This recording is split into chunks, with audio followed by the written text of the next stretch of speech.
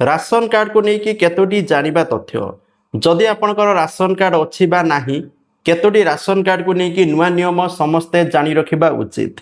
ठीक अच्छे प्रथम जिनस रोचे राशन कार्ड नुआ नियम ई केवाईसी इज मैंडेटरी। जदि आपण माने राशन कार्ड रे ई केवाईसी करूना ताले राशन मिलबारे आपन को हैरान हेबो कारण जतबेले राशन नवाई जाऊे पूरा आखि स्कान होची सहित आपण मैंने फिंगर प्रिंट देवे ना आखि स्कान करके पूरा मेसीन आपंकर चाउल ओजन हम एति गला बोली पूरा मेसीन अपडेट हम तेणु जेहेतु आखि स्कान होची माने फिंगर प्रिंट स्कान होची तेणु ई केवाईसी करवा मैंडेटरी। जो मैंने ई केवाईसी न करेंगे से राशन मिलबार हैरान हम कि परवर्ती समय राशन कार्ड रु ना कटि पारे।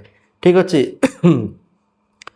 द्वितीय जिनस रोचे डुप्लिकेट राशन कार्ड बर्तमान कैंसल होची। बहुत सारा मृत व्यक्ति ना राशन कार्ड उठुला आउ जो माने विवाह करके अलग जगह को पलैले से ना एठू कटि जाऊँगी सेठी आड होची।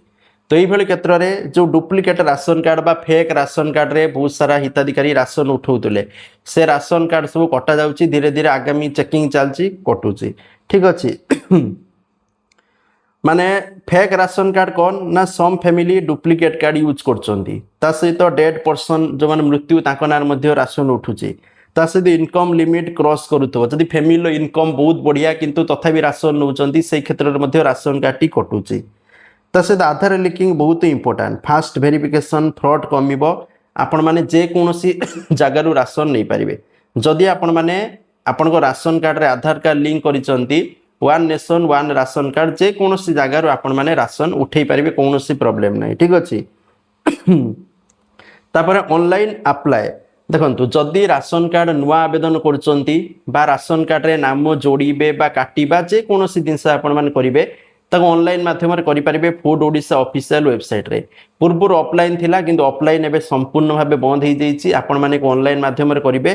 ऑनलाइन माध्यम कले आपण माने ये सब जिनस करिबा जबरी मोबाइल नंबर अपडेट करिबा बा स्टेटस चेक करिबा फैमिली मेंबर ऐड करिबा बा न्यू एप्लीकेशन सब जिनस आपण माने केना ऑनलाइन माध्यम करि पारिबे।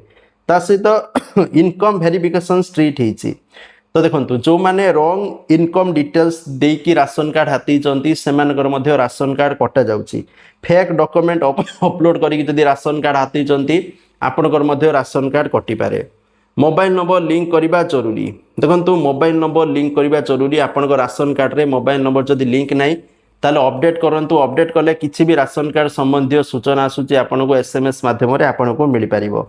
ठीक अच्छे डिजिटल राशन कार्ड सिस्टम आसूची जदि बहुत सारा हिताधिकारी राशन कार्ड पई आवेदन करते से राशन कार्ड अप्रूव होइছে किंतु राशन कार्ड जोटी मिलनी से जनसेवा केंद्र को जाई एमि प्रिंट काढ़ी मध्य राशन नहीं पारिबे। ठीक अच्छे आउ मोस्ट इंपोर्टेंट डॉक्यूमेंट होची वेरिफिकेशन पई जो माने राशन कार्ड पई आवेदन करूचंती से माने Aadhaar card mobile number address proof एवं इनकम सर्टिफिकेट फैमिली फोटो यही सब जिनस निहाती आवश्यक कारण राशन कार्ड रे यही सब जिनस वेरीफाई हम आपन को राशन मिलिबो।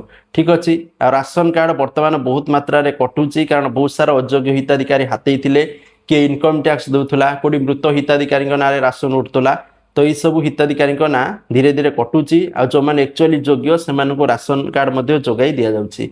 जदि आपन राशन कार्ड नहीं ताले फूड ओडिशा ऑफिशियल वेबसाइट रे आवेदन करके राशन कार्ड पाई परिबे।